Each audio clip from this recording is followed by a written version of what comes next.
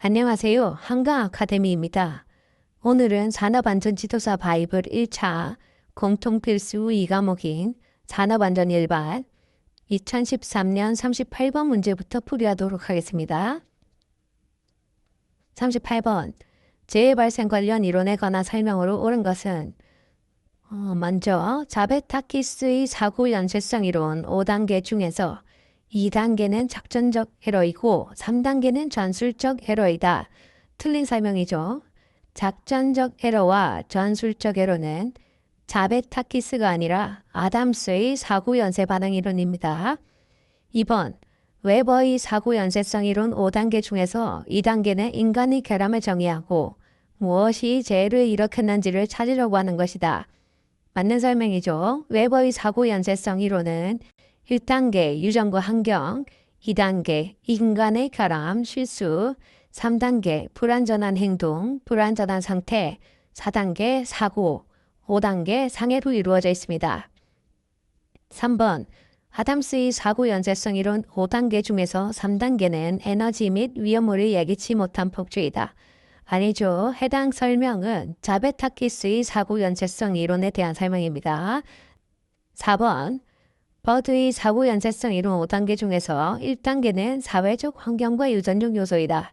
틀린 설명입니다. 버드의 1단계는 제어 부족, 관리 부족입니다. 사회적 환경, 유전적 요소가 1단계인 것은 하인리히의 재해 발생 5단계 도미노 이론이죠. 4번과 5번이 설명이 바뀌었습니다. 39번 어떤 설비 평균 고잡률이 0.0125회 per 시간이고 이 설비에 고장이 발생하면 수리하는데 소요되는 평균 시간은 40시간이라고 한다. 다음 설명 중 옳은 것은 단 사후 보존만 실시한다 라고 되어 있죠. 해당 문제는 계산 문제로서 일단 풀이를 먼저 보겠습니다. 람다 평균 고장률이 0.0125고요. MTTR이 40, 고장이 발생하면 수리하는데 소요되는 평균 시간이 40시간이죠. MTBF는 람다의 역수 80입니다. MTBF는요. 평균 고장 시간 간격이라고 해서 수리가 가능한 시스템의 고장 발생 시점부터 다음 고장 발생까지 평균 시간을 말합니다. 1번 평균 수리율은 MTTR분의 1로 나타낼 수 있고 따라서 40분의 1, 0.025회 per 시간 맞는 설명이죠. 2번 가용도 가동성은 MTBF 플러스 MTTR분의 MTBF로 나타내는데요. 80 더하기 40분의 80은 0.66이죠. 0.5가 아니죠. 따라서 틀린 설명이고요. 3번 평균 고장률이 0.0125의 시간으로 일정하다는 것은 이 설비 수명이 지수 분포를 따른다는 것을 말합니다. 고장이 발생하지 않을 확률 RT는 1-FT로 나타낼 수 있는데요. 여기서 FT는 1-2의 마이너스 람다 T 승으로 계산할 수 있습니다. 따라서 주어진 내용을 대입해서 계산하면 63%가 아니라 37%가 되겠죠. 따라서 틀린 설명입니다. 5번 이 설비를 1000시간 동안 사용한다면 평균 15회의 고장이 발생하며 사후 수리를 받게 된다. 아까 고장률이 평균 고장률이 0.0125회 시간이라고 했죠. 곱하기 1000을 하면 평균 15회가 아니라 12.5회의 고장이 발생하게 됩니다. 따라서 정답은 1번입니다. 40번 다음 중 감성공학에 관한 설명으로 옳지 않은 것은 1번 사람의 느낌, 이미지를 고객이 요구하는 제품의 품질 특성으로 변화시키고 이를 물리적 설계 요소로 번역시키는 기술을 말하죠. 감성공학에 대한 설명입니다. 2번 일본의 스포츠카인 미야타는 최초의 감성공학 설계가 반영된 제품으로 알려져 있죠. 3번 인간 기계 시스템에서 인간과 기계 사이에 정보를 주고받는 휴먼 인터페이스 설계가 주요 문제로 대두되고 있습니다. 4번 소비자의 감정에 호소하는 제품을 설계하기 위해서 소비자의 감성적 특성을 반영하는 것이지 신체적 특성을 반영하는 것은 아니다. 틀린 설명이죠. 신체적인 특성도 함께 반영하는 것입니다. 5번 감성공학 기법으로는 기능 전개형, 다변량 해석형, 가상현실형이 있습니다. 다음 41번 니오시 들기 지침에 관한 설명으로 옳지 않은 것은 여기서는 1번 오아스, 룰라, 레바 등이 평가 기법으로 사용된다. 이거는 니오시와는 별개인 평가 기법들이죠. 니오시에 속해 있는 평가 기법이 아닙니다. 나머지는 니오시에 대한 설명으로 옳은 설명이니까 한번 읽어보겠습니다. 초기에는 양손 대칭 작업에만 적용할 수 있었으나 그 이후에는 비대칭 작업, 커플링 효과가 추가되었죠. 3번 이 가이드는 역학적, 생체 역학적, 생리학적, 신물리학적 기준에 근거하여 개발되었습니다. 권장 무게 한계를 계산하여 제시하여 주죠. 들기 작업 지수 LI를 계산하는데 LI는 실제 작업물의 무게와 권장 무게 한계의 비율이며 LI 값이 1보다 작아야 안전합니다. 해당 내용은 여기 이론편에 레바, NLE, 오아스, 룰라, QEC 다양한 것들이 설명되어 있죠. 한번 읽어보시고 학습하시면 좋겠습니다. 42번 어떤 근로자가 빈 드럼통 위에 서서 구조물 내 용접 작업을 하던 중 용접 불똥이 피산되어 열려있는 드럼통 속으로 들어가 잔류가스가 폭발하였고 이로 인하여 근로자가 3m 아래로 떨어져 척추를 다쳤다. 다음 중 불안전한 행동에 해당하는 것은 이런 사고가 일어나게 된 직접적인 원인이 불안전한 행동 또는 불안전한 상태가 되겠죠. 문제에서 물어본 것은 불안전한 행동, 근로자의 행동에 대해 물어봤습니다. 재해를 발생시킨 불안전한 행동은 드럼통 속의 내용물을 확인하지 않고 빈 드럼통 위에 서서 용접 작업을 한 것이죠. 따라서 정답은 5번이 되겠습니다.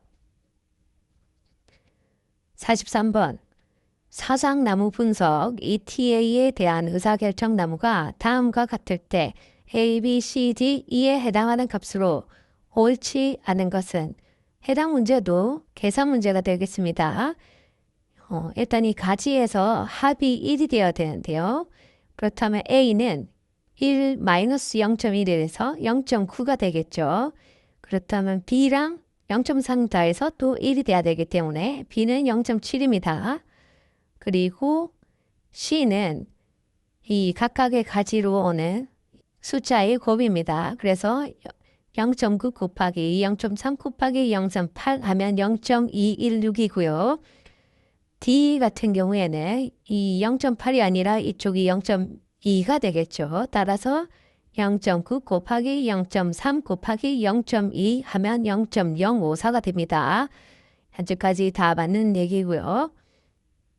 시스템이 작동할 확률은 일반적으로 위로 올라가는 것들이 작동할 확률을 나타내기 때문에 0.63 또는 0.216을 더해서 0.846이 맞는 설명이 되겠습니다. 따라서 정답은 5번이 되겠습니다. 틀린 설명이죠.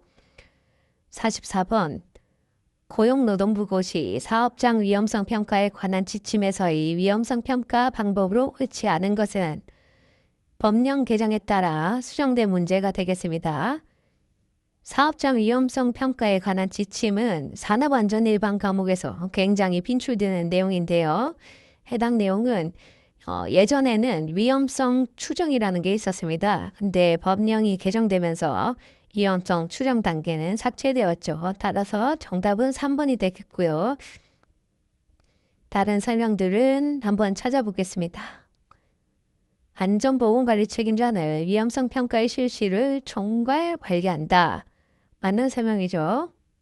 제7조에 보면 안전보건관리 책임자 등 해당 사업장에서 사업의 실시를 총괄 관리하는 사람에게 위험성 평가의 실시를 총괄 관리하게 하여야 합니다. 2번 안전관리자 보건관리자는 위험성 평가의 실시를 관리한다.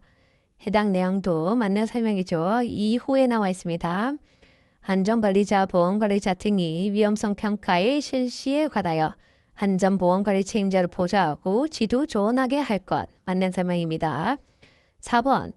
해당 작업에 종사하는 근로자는 특별한 사정이 없는 한 해당 작업에 대한 유해 위험 요인을 파악하거나 감소 대책을 수립하는 데 참여한다. 제6조에 나와 있죠. 해당 사업장의 유해 위험 요인을 파악하거나 위험성 감소 대책을 수립할 실행하는 경우 참여해야 됩니다. 이 외에도 근로자가 참여해야 되는 5가지에 대해서 반드시 암기하셔야 합니다. 5번. 기계기구 설비 등과 관련된 위험성 평가에는 해당 기계기구 설비 등의 전문 지식을 갖춘 사람을 참여시킨다. 제7조 1항 4호에 나와 있죠.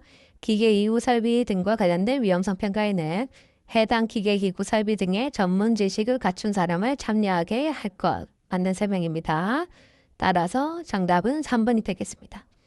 45번. 고용노동부 고시 사업장 위험성 평가에 관한 지침에서의 위험성 평가 인정 신청에 대한 설명으로 옳은 것은 해당 내용도 법령 개정에 따라 문제가 수정되었습니다.